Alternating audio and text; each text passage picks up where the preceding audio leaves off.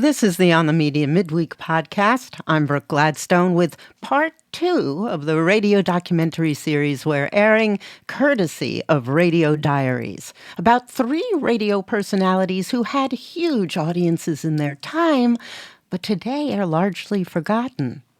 These days we're used to media that amplifies the most outrageous voices in the room.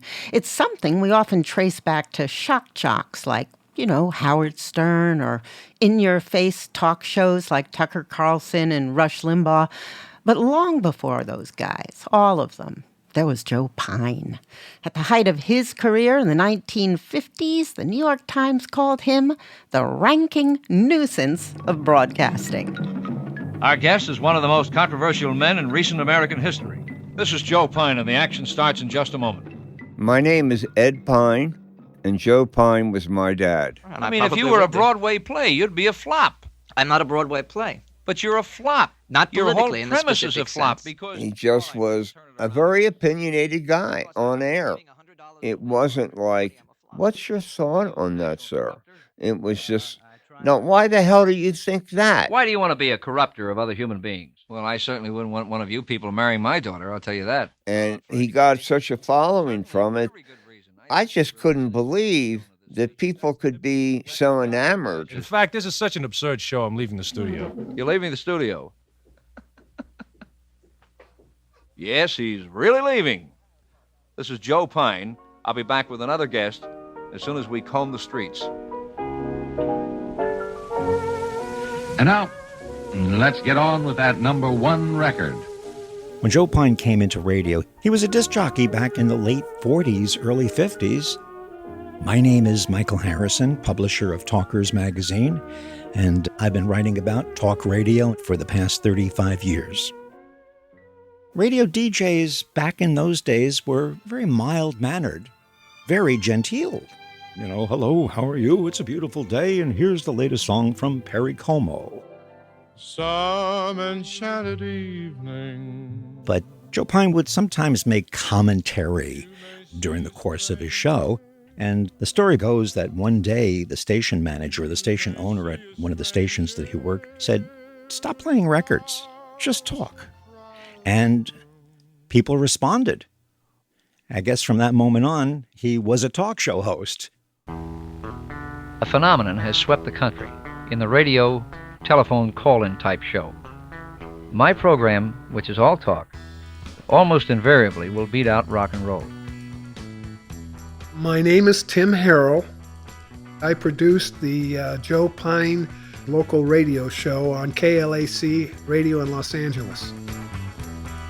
This was the 60s. I mean, this was the era of the hippies and free love and all that, which Joe was absolutely opposed to. I think that we put up with enough. We've allowed our cities to be disgraced. We've allowed certain areas of cities like San Francisco, for example, the Haight-Ashbury district, to become literally cancer cells.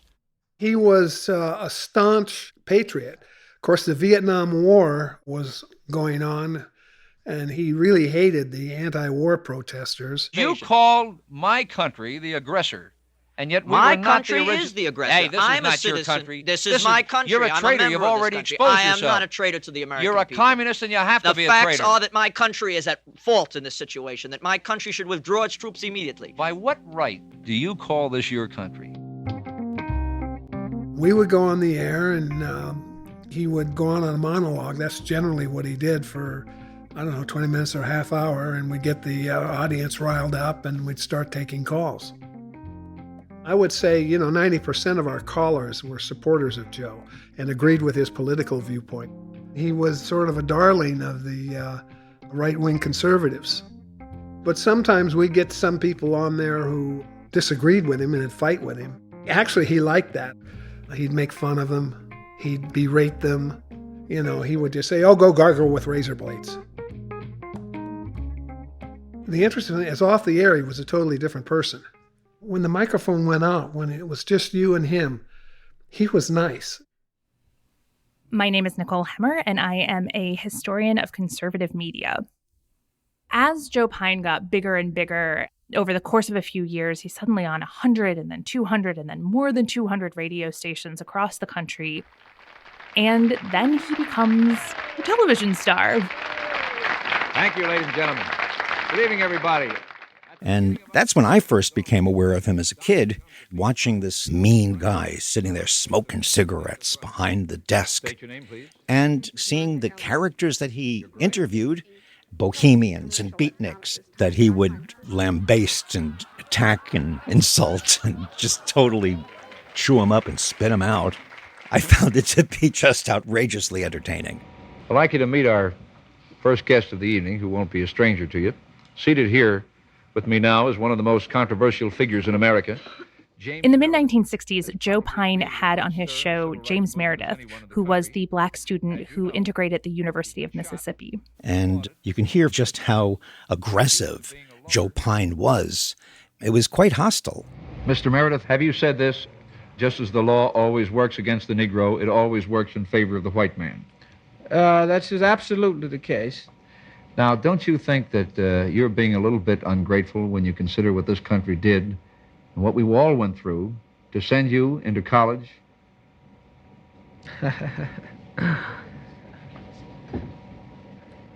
Think that one over? I mean, I remember the troops down there. I remember hearing what it was costing. Do you remember the figures? They were published. You must have kind of memorized them. Yeah, but I remember other figures. I remember 400 years of Negroes being denied. I remember. Well, James Meredith, I'm not going to dispute that. And if you want to, I'll give you 1,000 years of denial by your own tribes throughout Africa, if you want that. You know, I mean, we don't want to get. Well, I into tell you what, if you think I'm going to pat you on your back, you and all the rest of them, I'm not going to do it. People who were conservative, they felt extremely marginalized by the mainstream media. So when someone like Joe Pyne came around, they felt a certain kinship to him.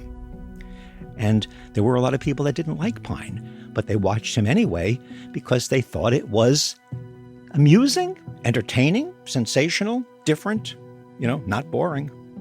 Pyne really demonstrated that not only could outrage get people to tune in, but it could get them to care about issues, could get them to listen to political content. And I don't know how you get to somebody like Sean Hannity and Rush Limbaugh and those big names without going through Joe Pyne.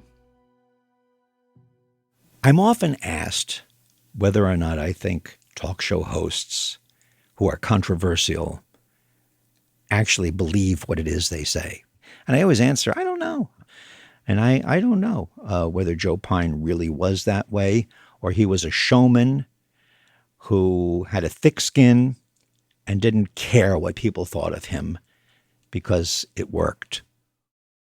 I remember, I think I was just under 17, and we got on the Santa Monica Freeway, and I see a billboard that has my father's face on it, and it says, opinionated but lovable.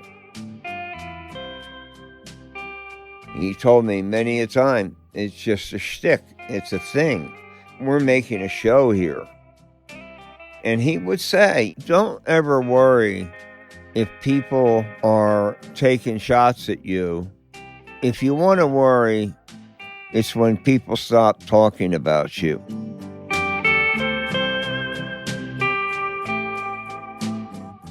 In 1970, a few years after his show went national, Joe Pyne died of cancer.